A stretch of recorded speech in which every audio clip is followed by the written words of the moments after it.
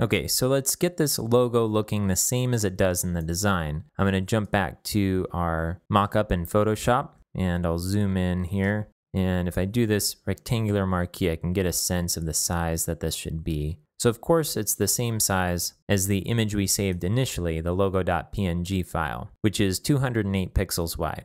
So now we have these different images at different sizes. I don't see any reason at this point to remove them because they'll only be pulled in on an as-needed basis. But what we do need to remove is these sizes. And instead of setting a media query, if we just have one state that we want this to be in, we can just put the size in right here. So we'll do 208 pixels. If we do that and save it and refresh, our image is 208 pixels, and it'll stay that way regardless of the browser size. Now, when we get to the point where we're adjusting our layout and thinking about what we'd want to do on smaller screens, that is mobile browsers and tablets, then we'll revisit these sizes. But for now, this is good.